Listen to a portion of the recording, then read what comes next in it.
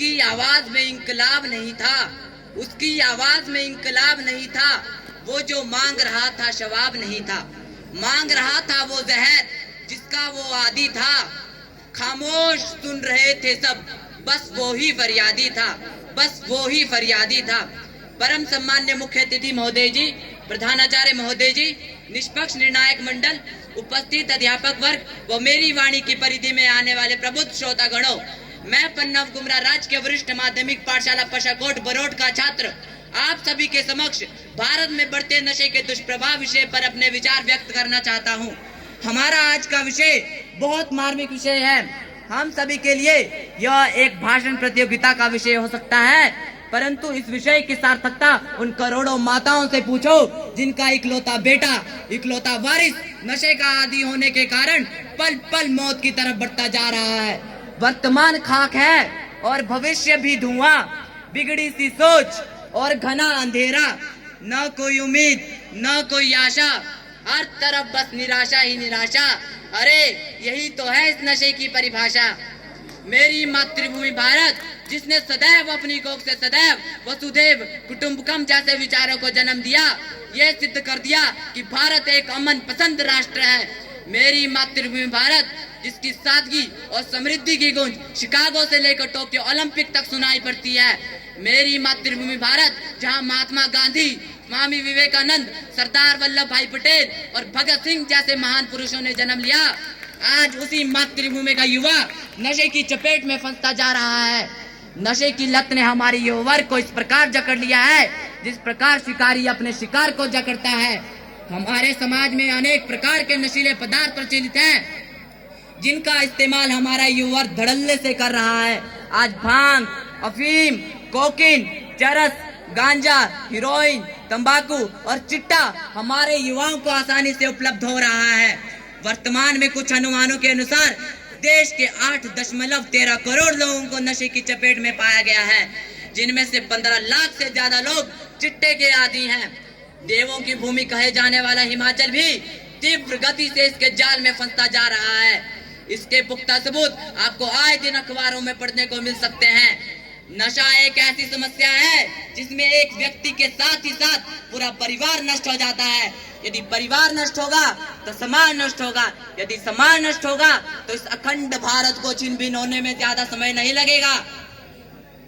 कुछ समय पहले शिक्षण संस्थानों में एक सर्वे किया गया, उसमें पाया गया कि 10वीं कक्षा तक पढ़ने वाले 50% से ज्यादा विद्यार्थी ऐसे थे जिन्होंने कभी न कभी किसी प्रकार का नशा किया है।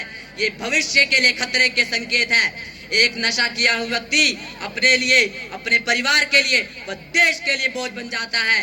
वह चोरी चकारी करने लगता है। इतना ही नहीं, वह इससे भी बड़े अपराध को अंजाम देता है और इसका खामियाजा उसके साथ ही साथ उसके पूरे परिवार को भुगतना पड़ता है।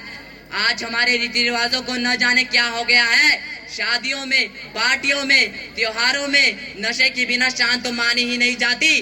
बड़े बड़े लोग समझदारी समझते हैं और हमारा युवा वर्ग इसे फैशन समझता है। आए दिन वाहनों की दुर्घटना सुनने को मिलती है, ये इसी नशे का परिणाम है।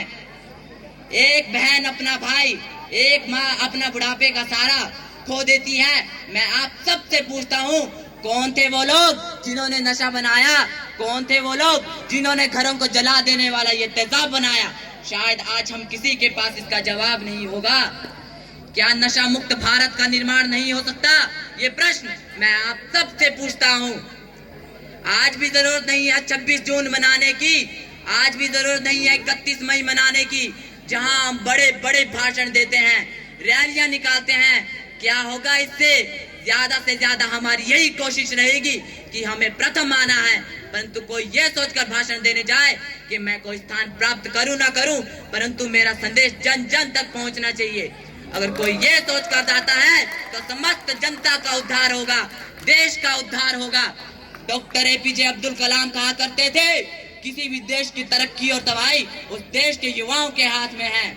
अगर युवा चाहे तो देश को नए मुकाम तक ले जा सकता है, तो फिर देर किस बात की? हिंदुस्तान तो युवाओं का देश है।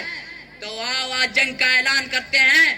जंग अपने मन मस्तिष्क के खिलाफ जो हमें नशे की तरफ आकर्षित करता है, जंग उन लोगों के खिलाफ जो नशे का प्रचार कर रहे हैं, तभी तो होगा एक आत्मनिर्भर भारत का निर्माण, तभी तो होगा एक अखंड और नशा मुक्त भारत का निर्माण। इसलिए आज समाज के हर वर्ग, हर परिवार को अपनी जिम्मेदारी सुनिश्चित करनी होगी। क्या सरकार ही सब कुछ करेगी, ये सोचकर हम सक्रिय नहीं हो सकते।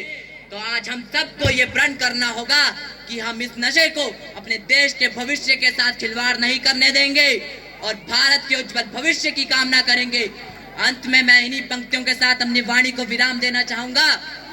न मांगते हैं तुमसे रोजी रोटी, न मांगते हैं तुमसे प्यार, न मांगते हैं तुमसे रोजी रोटी, न मांगते हैं तुमसे प्यार।